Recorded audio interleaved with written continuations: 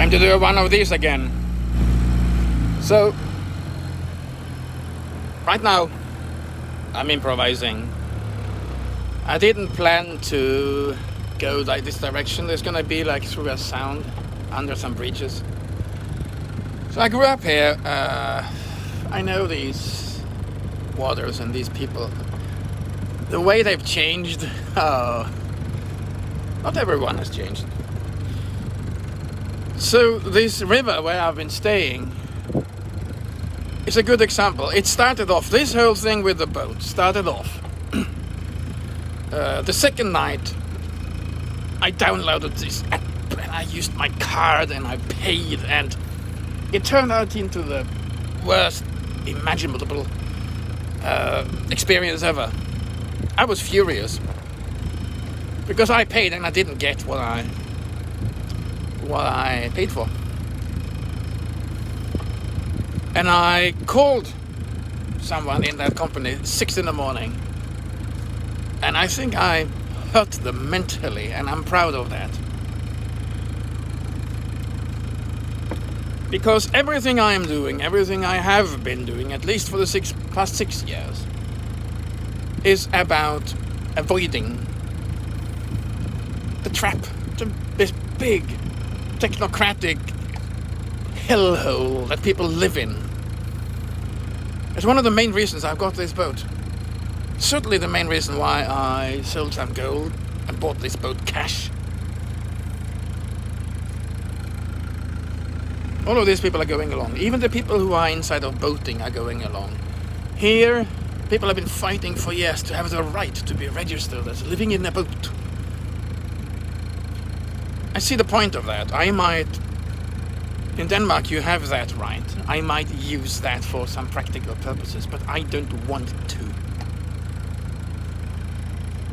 Because you have all of the freedom you can possibly want. Still, the rules and regulations are not out here in nature, in a boat. It's better than I thought. And for practical purposes, it's almost the same as it was. I might even say that 15 years ago, 20 years ago, 10 years, even 10 years ago, there would be way more people out here in boats. Older boats. Less prestige. The culture itself this is why I got this boat so damn cheap. Because the culture is being eaten away at. I did meet several people who are doing the opposite, of course, that are building on culture. I met someone who's been sailing at Colin Archer for 60 years, and he's still young. He started when he was, 50 years it was, I can't remember.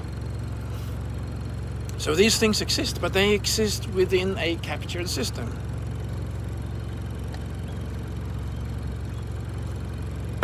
So now I left this river because maybe I've been outlasting my stay there at least for a couple of nights, because technically I should download an app and I should do this and I should do that.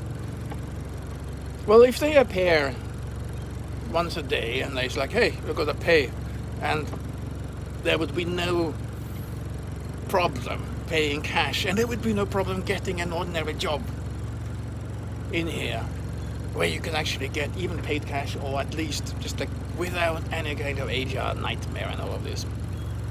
Sure. But this is not the reality we're living in. So everything I do online has this underlying thinking that it's got to be about freedom and resilience and options only. Cash is a super important part of that.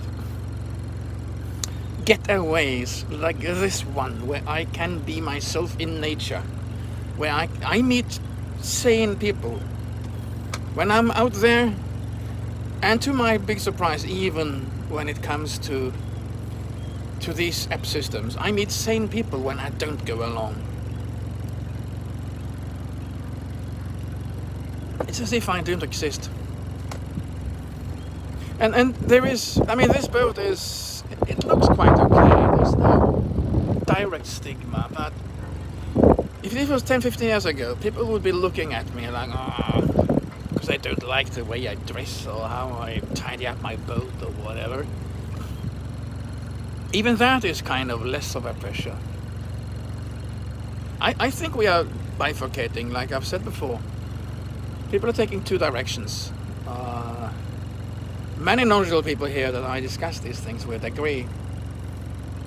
Those who just grab their freedom and the opportunities that are not captured might be getting an easier time. Not in terms of making money here, because that is... the cost is astronomical. Regulations are off the charts. If they suddenly decide to go through with this extra tax on meat and doubling the price of meat, well, I have no other medical economical choice than getting out of here. Well, in a boat, I do have options. So the online world will need to support the offline world, and I think this is happening. And whatever I do, this is what I'm going to be trying. That's why this news about some kind of getaway in the hills of Nepal is so great. Because I know I'm totally aligned with my friend who's doing that, and I know we agree on the general profile on those who will maybe be invited in. It needs to be very organic and very humane. Very human, not humane. I mean, yeah, of course, humane as well, but not in a rules-based way. So this is what's going on today. Now I'm gonna go pass under these bridges, so maybe I should focus a little. I haven't been under this bridge in a boat since late 70s. Interesting.